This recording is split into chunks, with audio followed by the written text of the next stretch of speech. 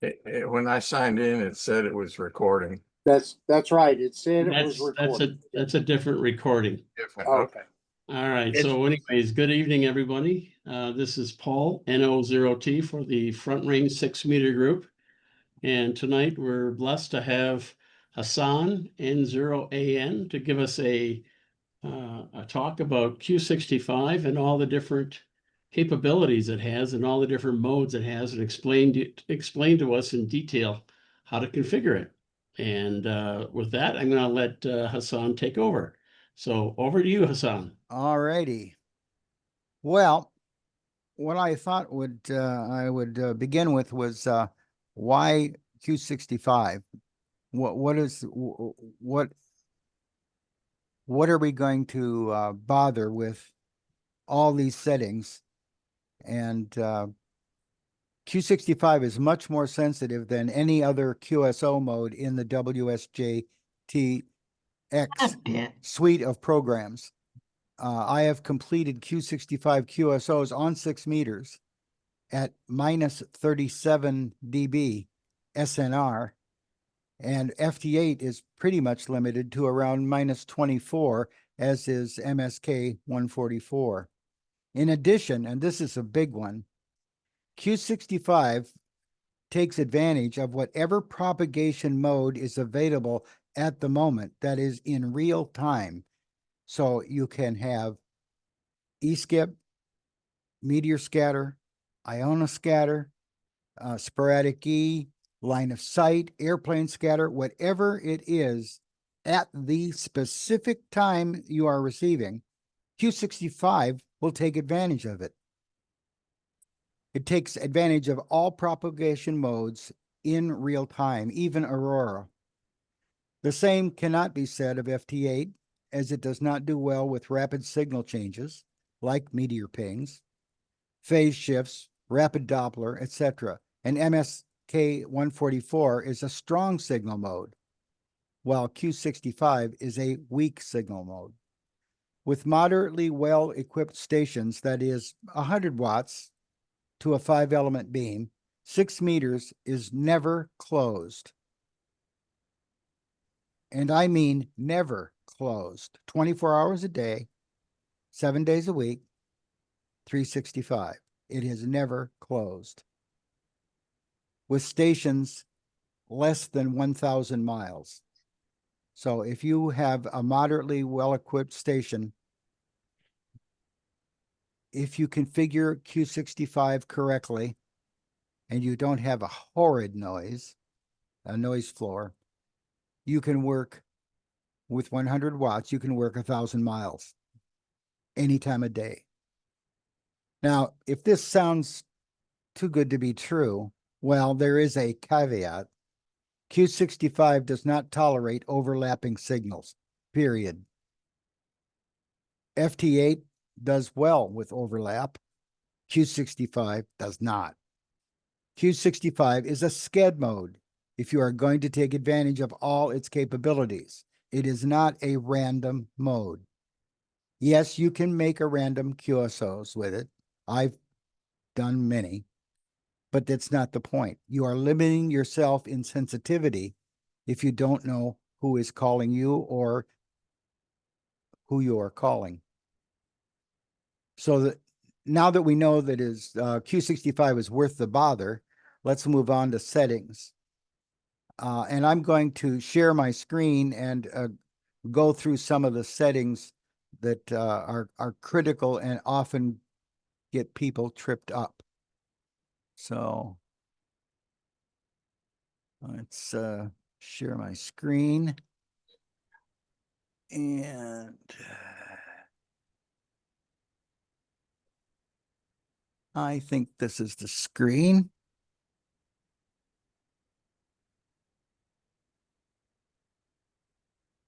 When everybody is seeing the WSJTX decode screen, I got it.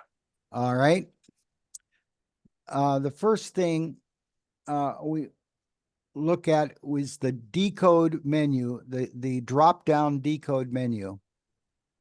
You should be fast or normal unless you have an extraordinarily fast processor.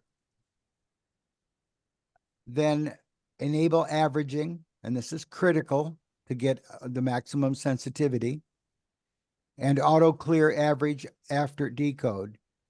You don't need to reduce false decodes, and you don't need to do full duplex mode. So basically, decode, fast or normal, enable averaging, auto clear average after decode. Next, FTOL, and that is, I'm running the alternate layout, so you'll have to bear with me. My FTOL is specified here, and it said FTOL 50. A lot of people think they have to use FTOL 1000 or to get decodes. That's an error. Do not use anything larger than 50 hertz. It allows the decoder to lock on with other signals and Wi-Fi birdies instead of the desired signal. So if you use larger than 50 hertz FTOL, you're going to be vulnerable to interference, and you will lock on to the sync tones of every other signal or potential other signals.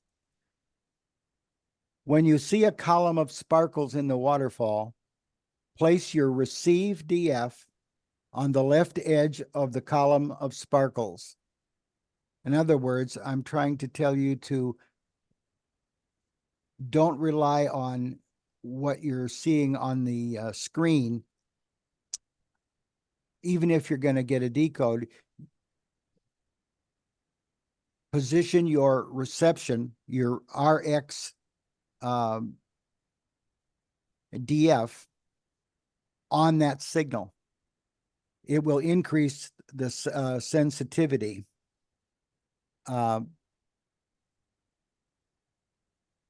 If you see a CQ or want to call a station, change your TXDF to match the distant station's transmit frequency so you are both on the same DF. Now, there's a caveat here. If you're going to work a rover, you can't do this. If you're going to work EME, you can't do this. This is meant for terrestrial ordinary contacts. If you all call on the same frequency for a highly desired station, yes, it'll mess things up. But for your typical contact, you should call on the frequency of the transmitting station. Why? It increases sensitivity, it cuts down on interference, and it is more efficient. So until you become, shall we say, really proficient at what you're doing with Q65, always zero the frequency. And then it takes advantage of two situations. You increase the sensitivity and you benefit from the narrow FTOL in being at 50 hertz. You don't lock on to other signals. Okay, so that covers the decode menu and the FTOL. Let's go into the waterfall menu. And go ahead. Hassan, I got a quick question. The FTOL, would that 50 hertz be used also for EME as well as terrestrial? No, I think anything that you are going to do for EME, consult W7GJ of it, because I am not as familiar with EME as I am with terrestrial. Thank you. Okay. Look at the waterfall menu, and you can. Question? Yes. Yeah, sorry, I was a little late. What time scale and submode should we be using versus frequency? on 50.275, you should only run 30A. Let's take all the cover off down to this one here.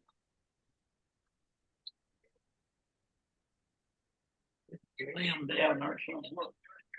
If you're not going to run, Okay. uh, Now that looks- who is ever talking, you have to mute, unless you're asking a question. 50.275 is reserved for 30A, Q65 30A. If you want to run other modes, pick another frequency like 50.235. The reason is no one can decode you if they're not on your mode. That's one reason. Number two is all of the other modes tend to use a lot more bandwidth, and you're occupying 275 kind of selfishly. So 50.275, just run 30A and pick another frequency. And one is very useful, 50.235. And that way everybody can share and not create QRM.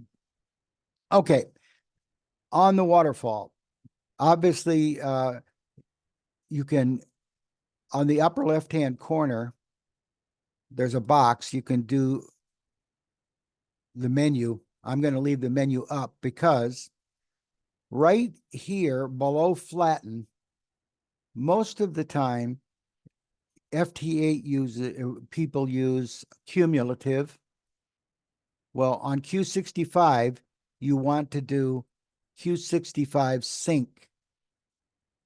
And this is important.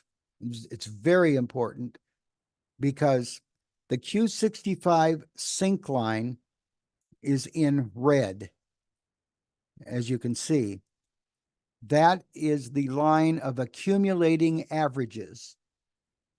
And what this does is, as you proceed through sequence after sequence after sequence, and you don't get a decode, you will see the red line increase, and it is accumulating an average for a decode. Once you get a decode, it will erase that red line, and if you don't average if the signal is too strong and you don't need an average, the red line will never show up. So why is this important? You can not see speckles on the waterfall and you can still get a decode. And you can tell that there is a signal present with the Q65 red sync line. And if there isn't a signal present, you will not get, you will say, okay, we don't have any propagation, but don't give up too soon. Are there any questions about the Q65 accumulating average? Okay. And I'll come back to this because all of these settings, you will be well ahead in the game to create a configuration for them. And I will demonstrate how to do a configuration later. So in the waterfall menu, replace cumulative with Q65 sync to display the red line accumulating average. That is, it's in the drop-down menu just below flatten and ref spec. And additionally, this has no effect on the decoding, but allows you to see when averaging is present. And note that after a successful decode, the red line disappears until averaging begins again. This is a very important feature. Failure to see an accumulating average from your partner can lead to giving up when success is just around the corner. In other words, you have no idea what is going on unless you are looking at the accumulating average. So people get, oh, well, I don't have any copy. It's like the FT8 syndrome. If you don't decode within 2 sequences, they give up. Don't do that on Q65. You can do 5, 10, 15 sequences and get a decode.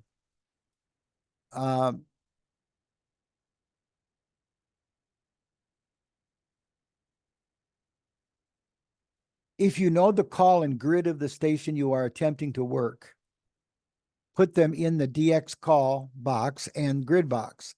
It will increase sensitivity. So that's the difference between SCED mode, what I call SCED mode, and random mode. If you know who you're after, put the grid and put the DX call and grid in. It will increase sensitivity.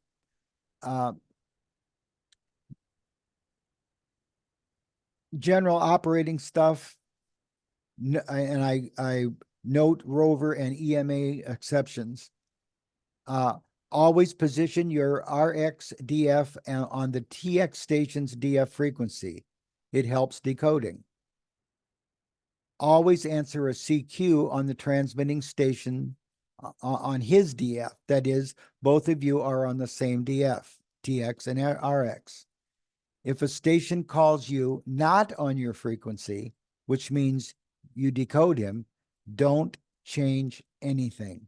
Finish the QSO in split mode. So one exception to doing it is if the station calls you in split mode that is not on your frequency, don't change frequency because it'll only confuse him.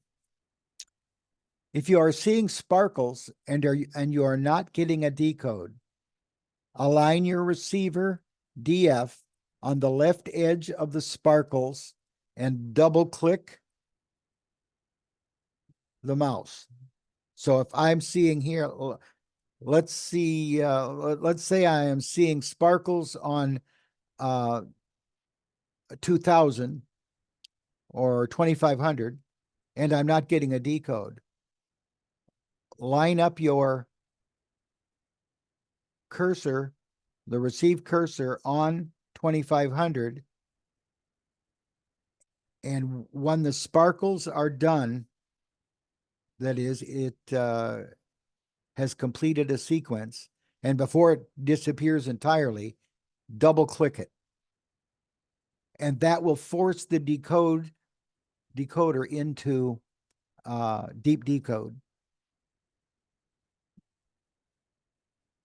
If you are seeing strong sparkles and you have done all of the above and you are still not seeing decodes, restart WSJTX.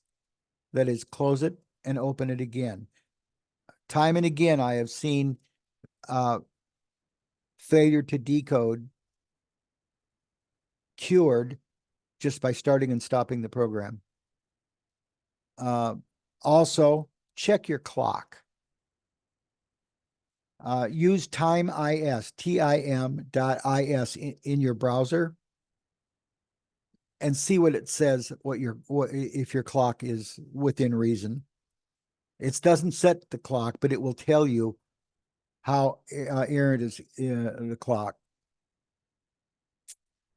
Operating tips. Again, this is for 6-meter terrestrial. EMA is different and more like rover operation, in that many stations are likely to be calling the DX station at the same time. Consult W7GJ for Q65 settings and operating tips. Do not answer a CQ from a rover operation on the DF of the rover, because there are likely many people calling the rover. This is the single exception to the general rule to always zero the station you are trying to contact by transmitting on his DF and, of course, receiving on his DF. So just know that there are exceptions for EME and rovers, but the general rule is call him on his DF. It'll save a lot of trouble.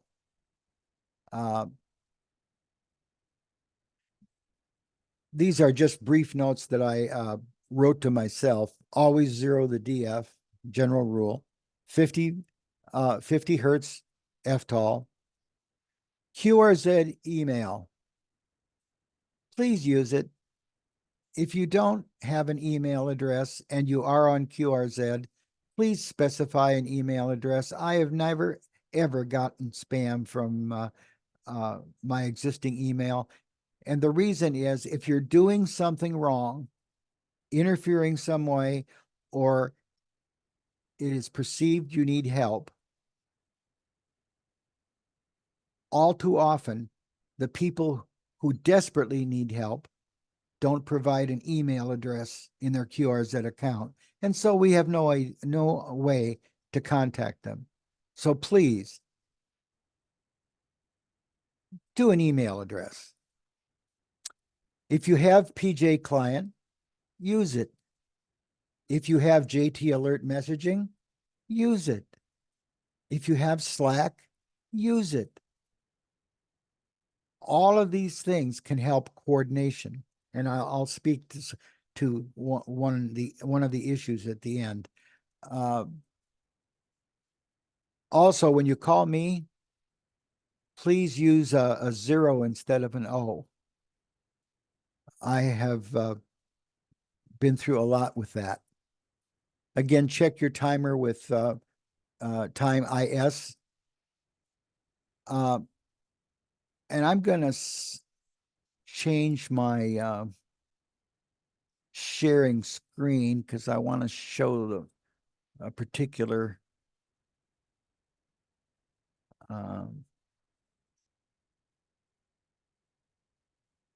okay, this is it.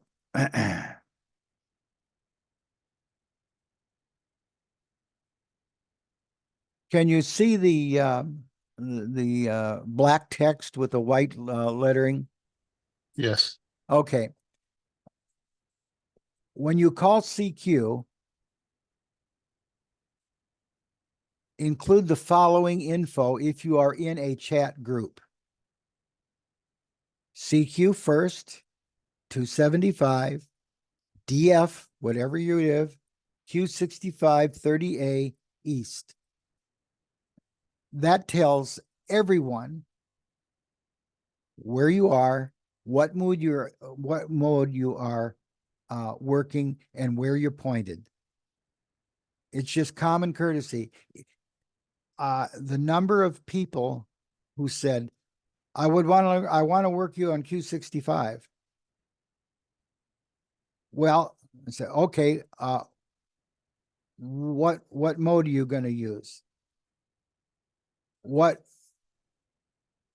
DF are we going to use? Well, this can all be avoided if you call CQ. Don't just say CQ.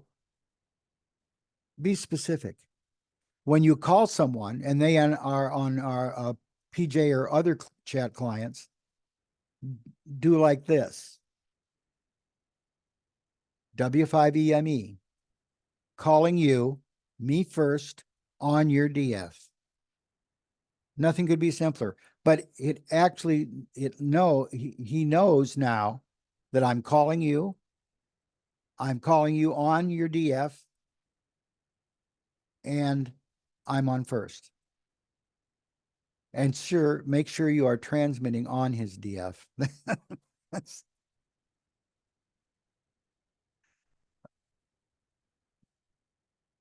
And why do we want to call him on his DF in general? It is more sensitive. It is more considerate, occupies less bandwidth, and is more efficient. It results in more and quicker QSOs. And I explained this to one of the new operators, and he said, and I quote, "I don't want to do all that. I'll just rather call CQ." And my response was, "Good luck with that. And I won't bother to call you because you expect me to guess what you are doing, and I'm not a guessing kind of guy."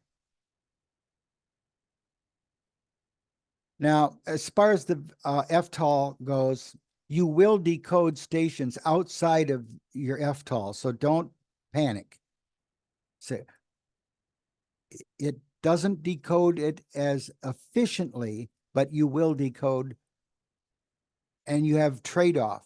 Invite interference with wide FTOL, or decrease some sensitivity with narrow FTOL. Until you really master Q65, I would suggest that you don't do anything other than 50 hertz.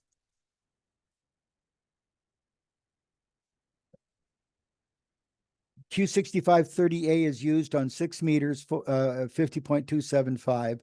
Please don't use 15A or other modes on this frequency because they use too much bandwidth and cannot be decoded by other Q65 modes than you are configured for.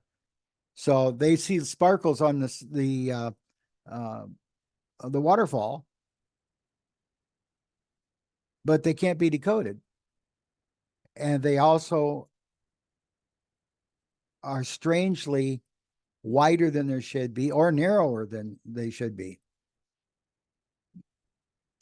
Submodes other than A have advantages for different propagation modes, like Aurora, and very weak QRP signals on terrestrial, like Q65 120E.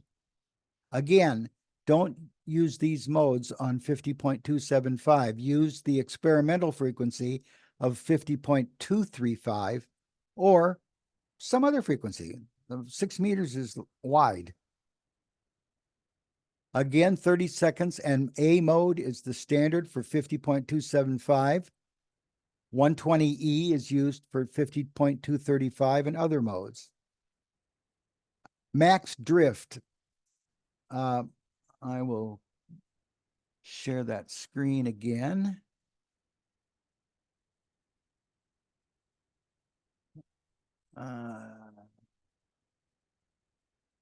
Yeah, that's it.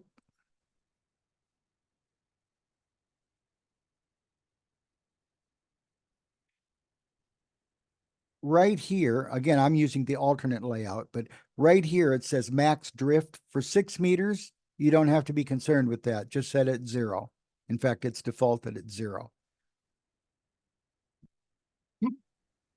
For 1200 megahertz, you can consult the other operators with that.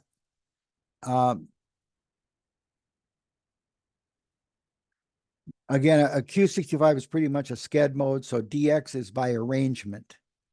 One of the questions I was asked was, are there any DX operations for Q65? Well, yes, there certainly are, but they are arrangement. They're not random.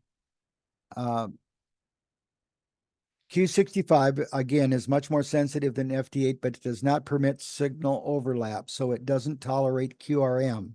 It does tolerate quite a bit of noise from various sources.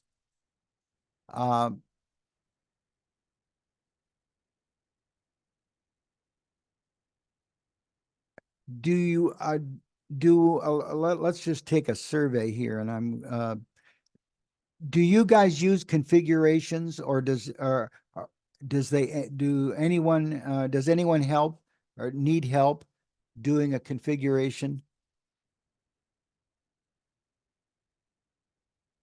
Speak now or forever hold your peace. I do not, would be interested in knowing. Okay.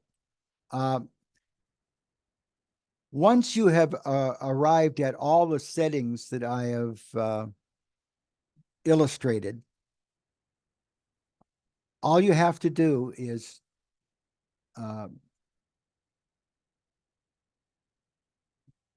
take configuration, drop one step down, and say clone.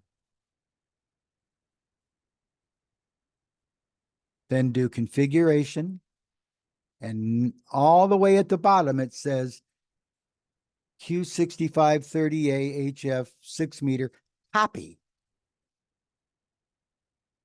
So I can then switch to that copy.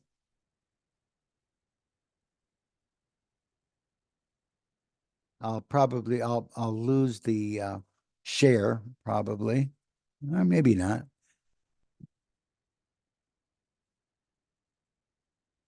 Okay.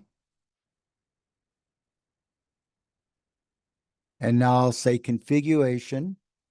Notice that the configuration says Q65 HF 6 meter copy, right?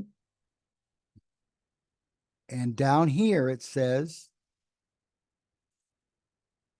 Q65 HF 6 meter copy Q65 30A. So it says the configuration name is Q65 30A HF 6 copy, and the mode is Q65 30A. All you have to do then is rename it. And so I can say new name, Q65 new copy.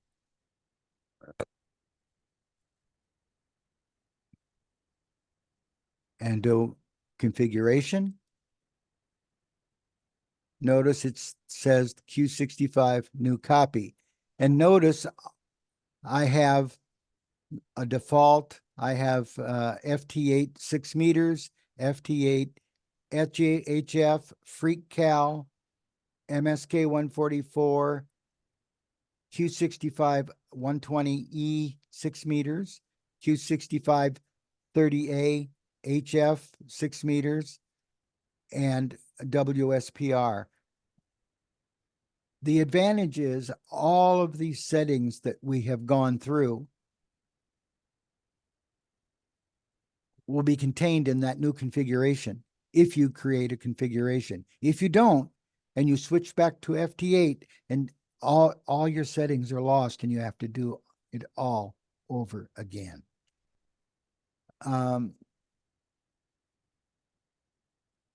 And I think before we get the live demo, Hassan, yeah. can you talk about the counters just to the right of the mode down at the bottom? Do you want to Oh talk about yeah, that? I And- completely forgot. And Yeah. then the clear button. Yes. Right at the bottom, to the right of the green Q65 30A, there are counters, and those are sequence counters. And what they're an even and an odd, or a first and second. You only need to pay attention to one at a time, whichever you're using. And those will count up on missed sequences. So if you don't get a decode in the first sequence, it's 1. No decode in the second sequence, 2. No decode in the third sequence, 3. But if you get a decode, it'll reset to 0. So you can keep track of all of or how many sequences you get for a decode. And you can see the average. I'm not going to get into the signal reports, but when you see a signal report of Q37, that is at the end, instead of Q3, it says Q37. That means that 7 sequences were averaged to get that decode. So it was Q37 or Q32, 2 sequences were averaged. Q34, 4 sequences were averaged. And if you say Q3 star, it says more than 10 sequences were required to get that decode. Also, when you start a contact, you should hit the clear average button just to start. So it guarantees a clean start. Okay.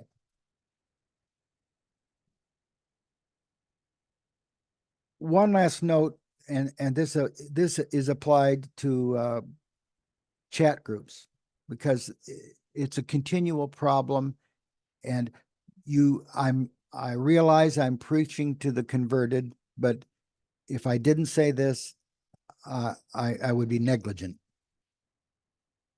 Please don't publish or post another QSO's information, any of it, until they have finished their QSO. That is the general rule. Why? Because it invalidates that QSO from qualification for awards, and they have to start over. 2 exceptions, and use them with great care. If you see the decode, and I'm going to stop a share and start a share. All right.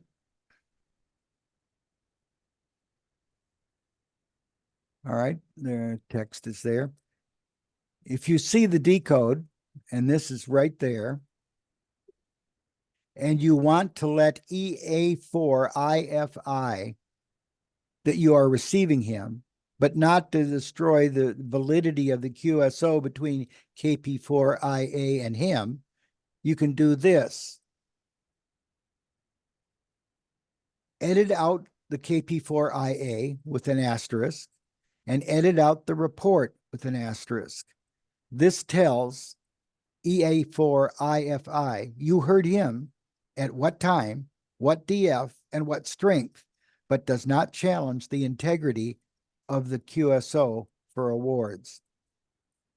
If you see me working, and this is the second case, if you see me working K5GZR, whom I have worked 2,128 times, and you know that I have no interest in award qualities for this QSO, then you can post it what you wish, but be absolutely certain you know what you're doing, or you can wind up with egg on your face. It's better to do nothing until the contact concludes. Then you can say, I heard you too, and post the decode. So, pardon me if I'm, again, preaching to the converted. Do we have any questions before K5GZR and I do a sample contact? WQ0P, I got one. Yeah. Hassan, you were talking about, if you can show again, bring up the screen that's got your WSJTX and your waterfall. Okay, hang on.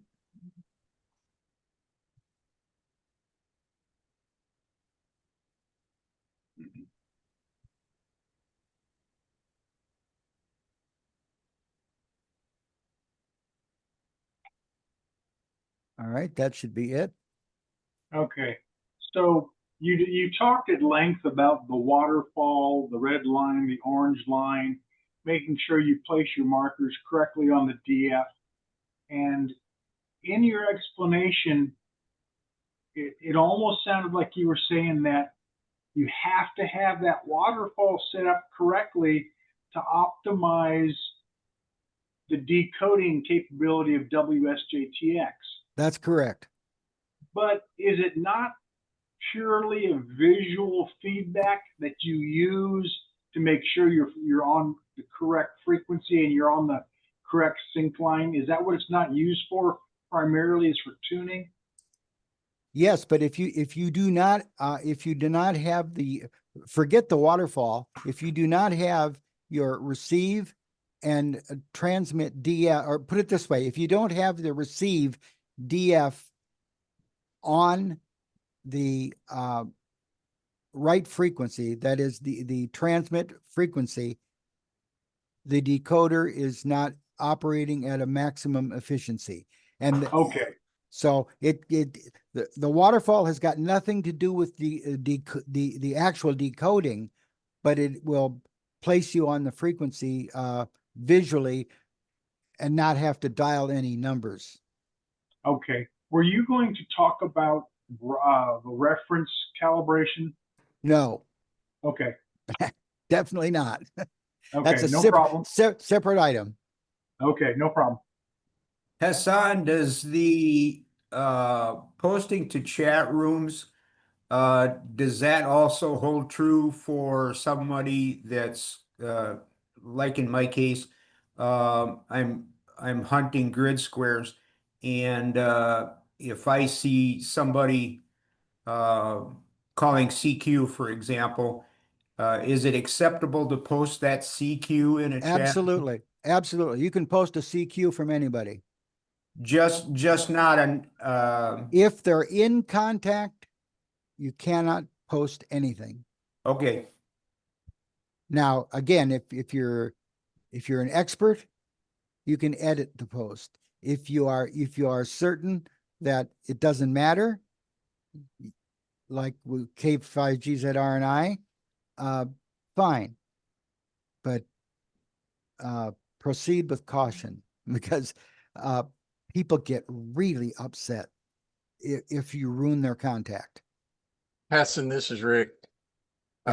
Greg asked about RevSpec. You might point out that the normal and probably 99% of the people will have the flatten checked. Yes, I instead of recommend flatten until you are an expert.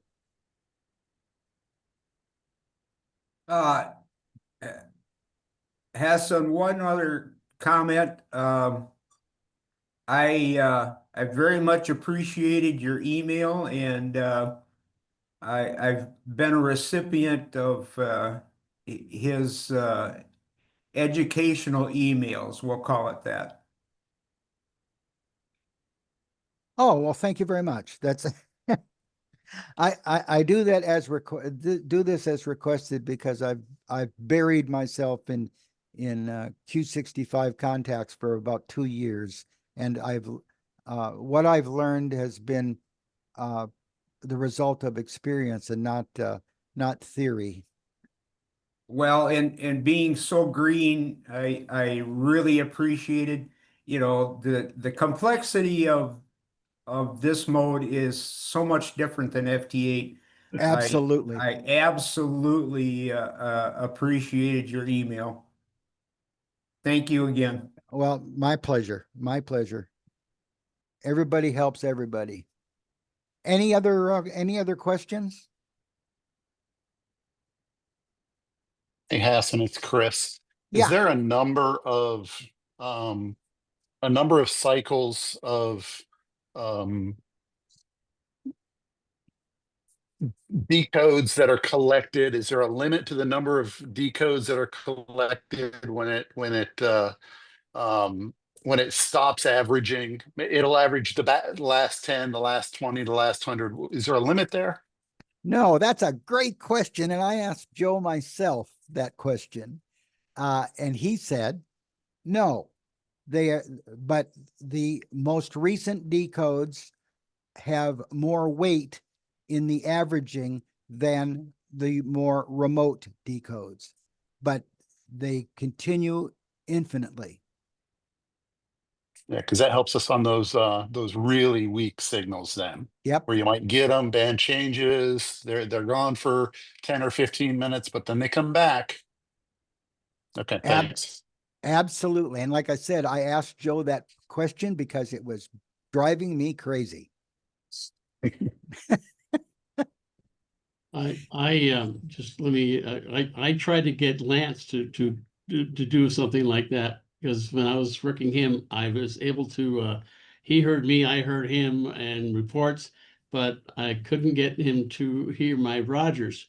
So I didn't have a Q cell. So I said to him, look, I can leave my computer up until the room comes around again. And then I'll just send you Rogers. He said, no, it's not going to work. So, Well, just thought I'd tell you. Q65 requires patience. It's not like FT8. There's no instant gratification. And it's once you see averaging take place, it's like magic. It's like, I don't see any sparkles. I don't see any indication of a signal, except the red line is getting in the bandwidth I'm using. The red line is doing humps now, and all of a sudden, bingo! There's a decode, and there's K5GZR calling me.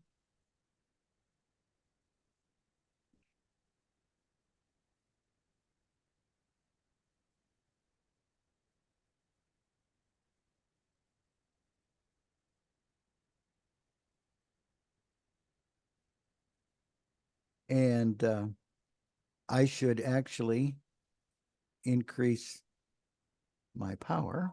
There we go.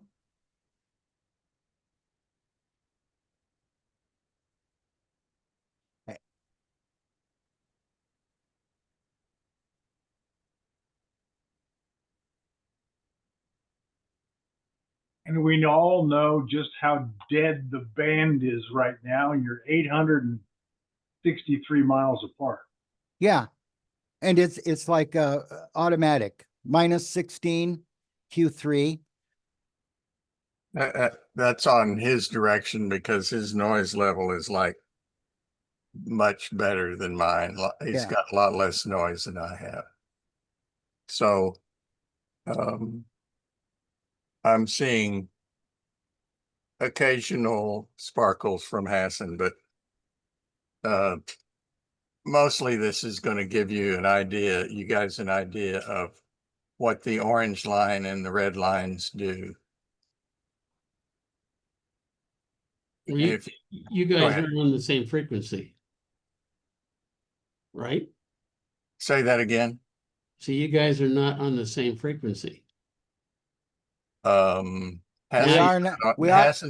We are now. Just wanted to verify that. No, that's great. That's right. See, he's so strong that I could copy him no matter what my FTOL is. yeah, I was able to, he was able to decode me, even though his FTOL was not set. But see what happened, the orange is the signal strength. You And notice the red line disappeared? The red line disappeared because I got a decode and it reset the counters.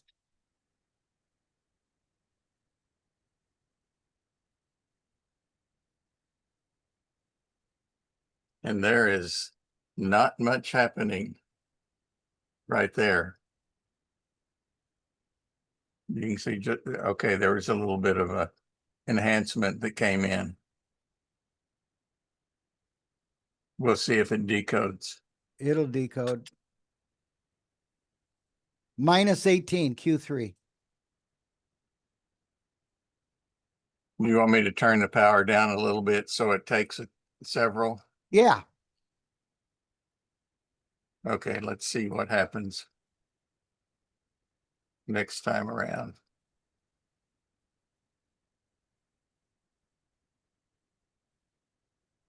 Oh, I heard you were strong enough to be audible that time.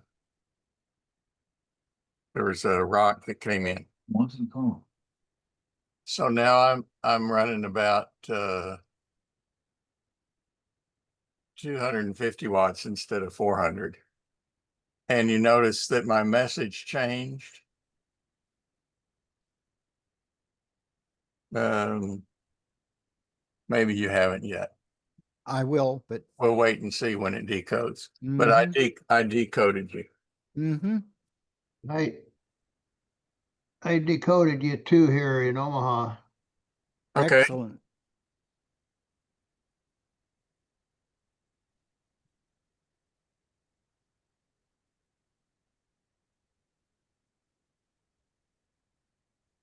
And you can see someone is operating about 1200 hertz, and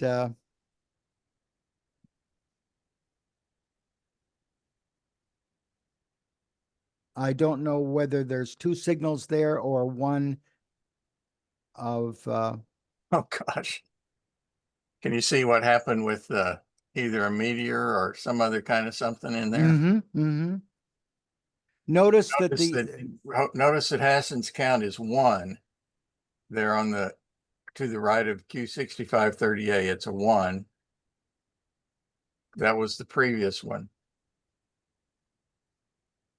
And if this one decodes, it decoded and went back to 0.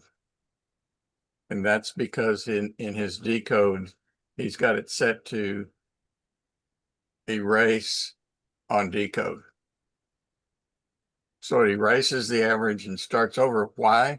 Because there's a new message that it's expecting. exactly. It's instead of TX3, it's expecting TX5.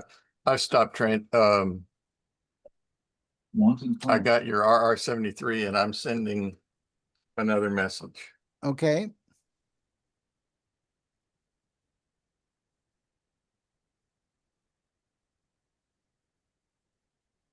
So this is 863 miles, and we can literally do this 24 hours a day because we're under 1,000 miles.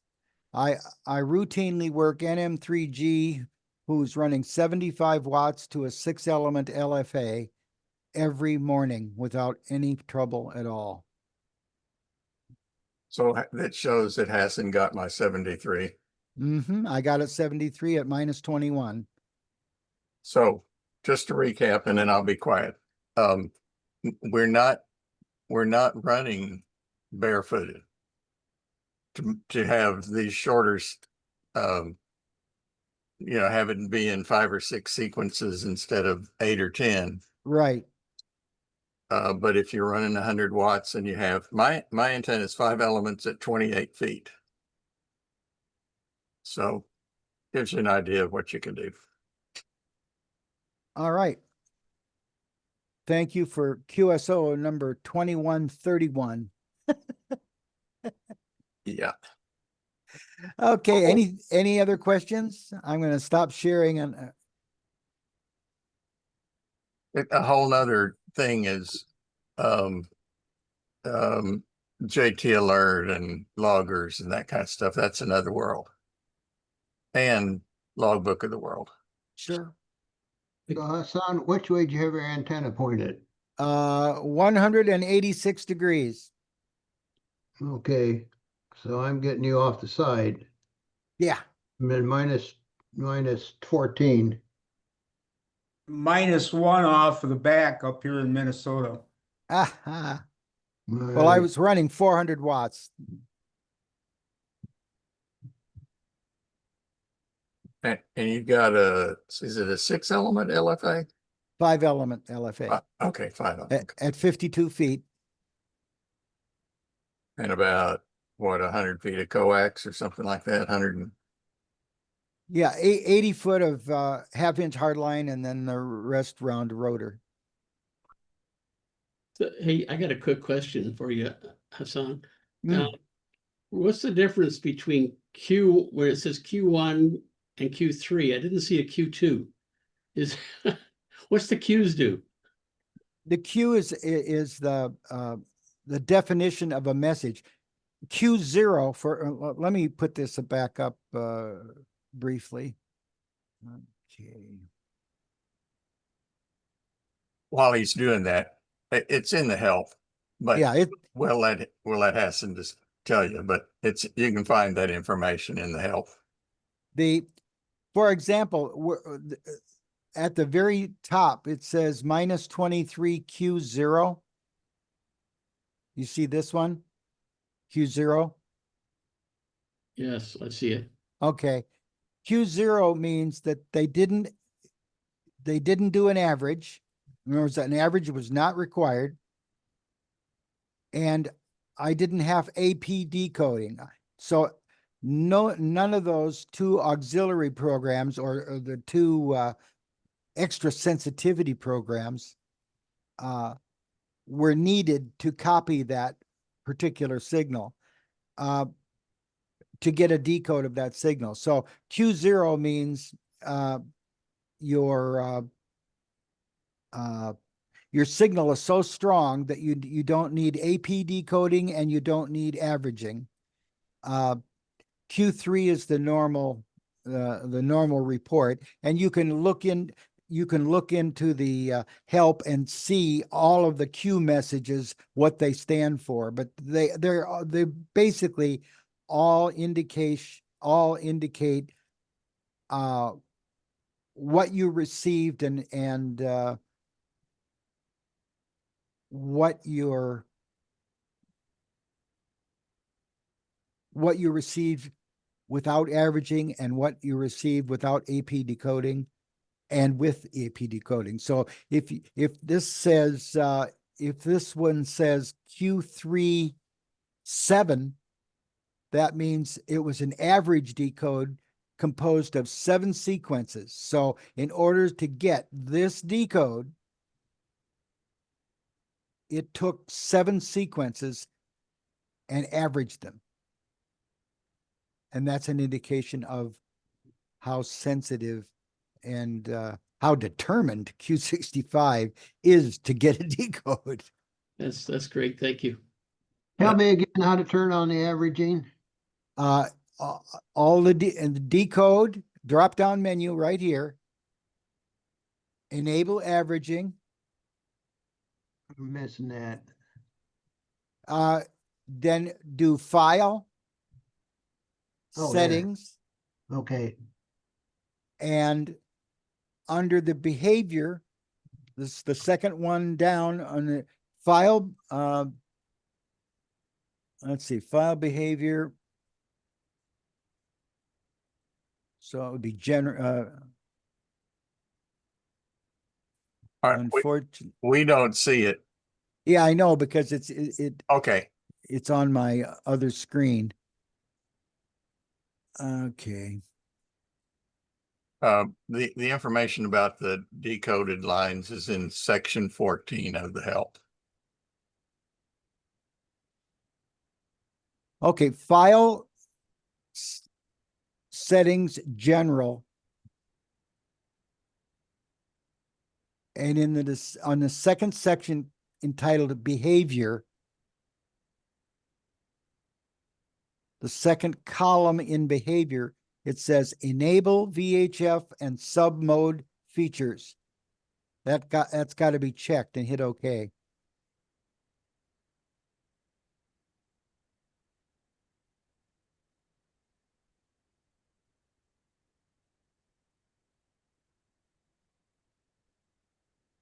So if you're doing EME, you also have to have the EME checked so Yep. that it will check the frequency, because if the station you're trying to work is not stable and is drifting, then you'll go out of your FTOL, I believe.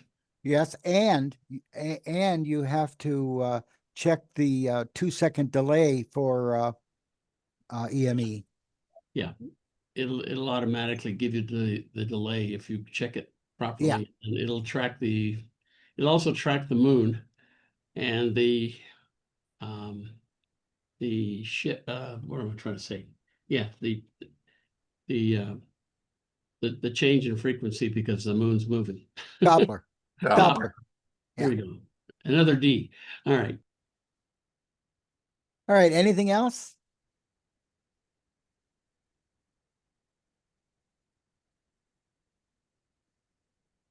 All right. I'm done if you're done.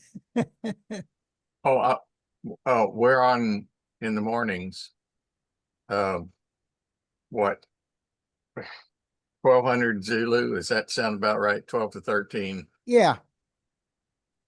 pretty much every morning. So if you, and we'll call each other. So don't hesitate to get on 50.275 Q65 A 30 30A. 30 seconds and call CQ or call us. Yeah, we are literally on, and I mean a group of us. We have K5GZR, NM3G in North Carolina, ND0B in North Dakota, and some others. Almost every day between 7 and 9 o'clock Central Time, and we work each other just for the hell of it. Is your radio on? Yes. Hassan, is there the the effect of the shorthand check mark? No. Okay, just as a side comment, in general, there's no reason to do shorthand on 6 meters. It Okay. doesn't provide an advantage. Okay.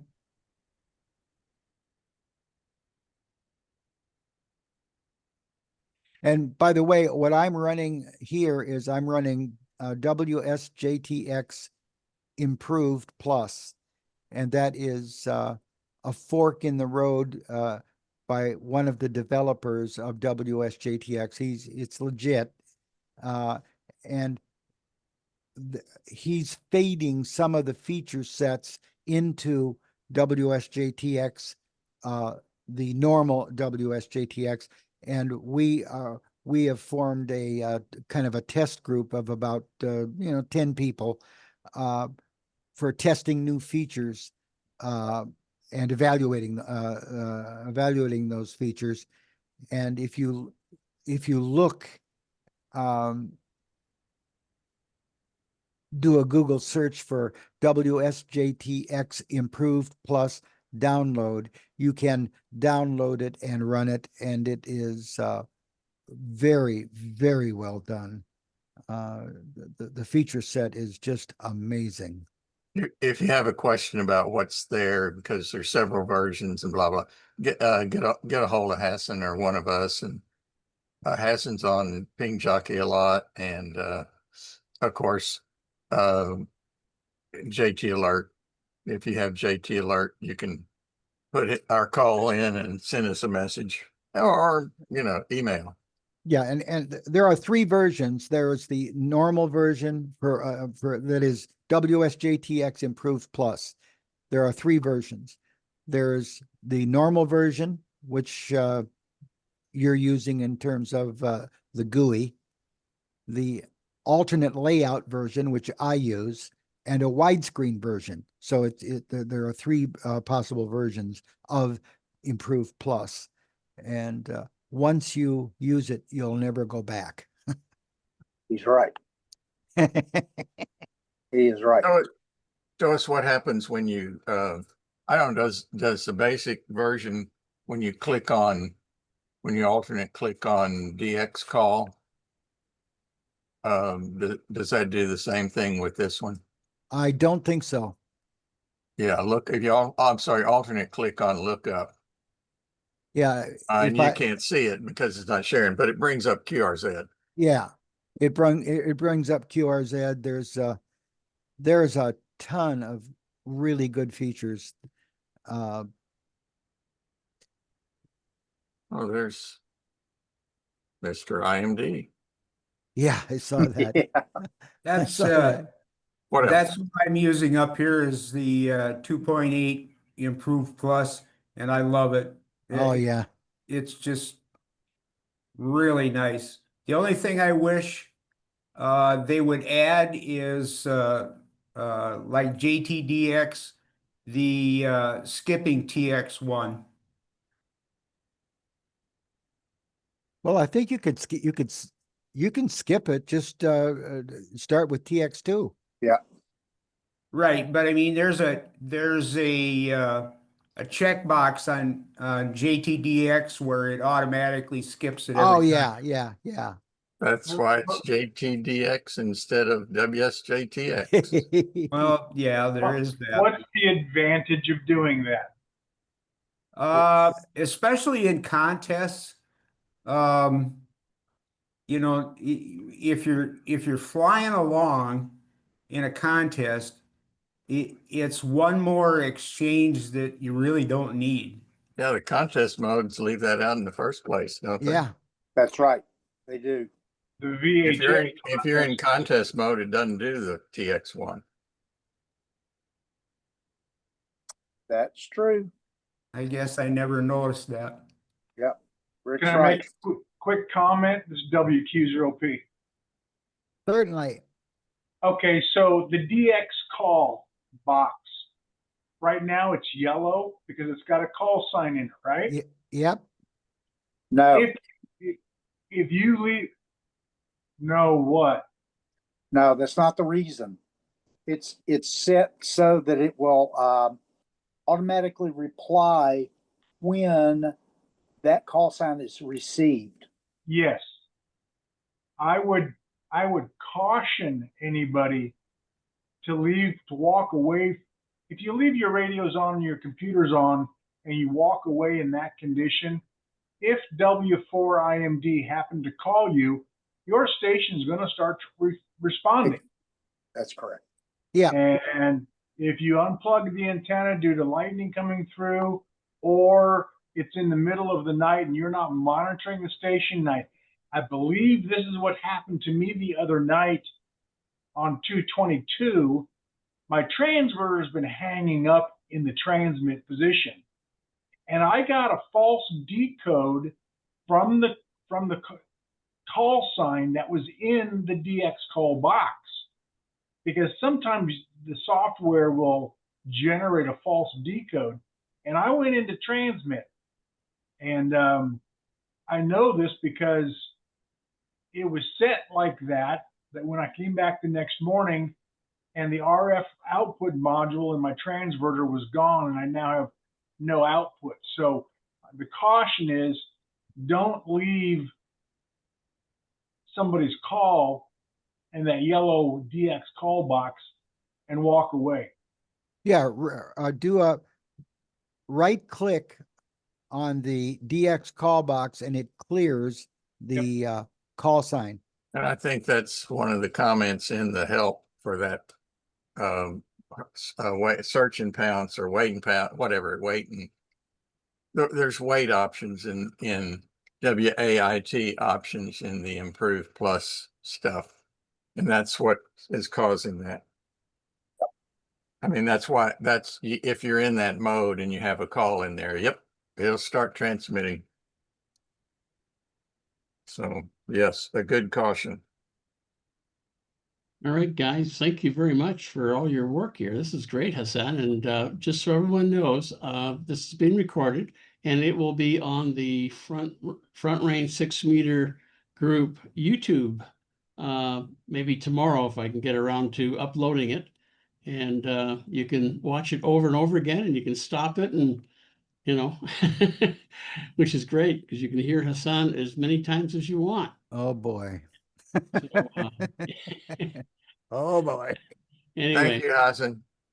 we'll see you guys later. Thanks again, Hassan, and good Yes, luck. thanks, Hassan. My pleasure. And thank you, Paul. I learned a lot. Thank you very much. Right. Thanks, Paul. Another great video. Thanks. Bye-bye.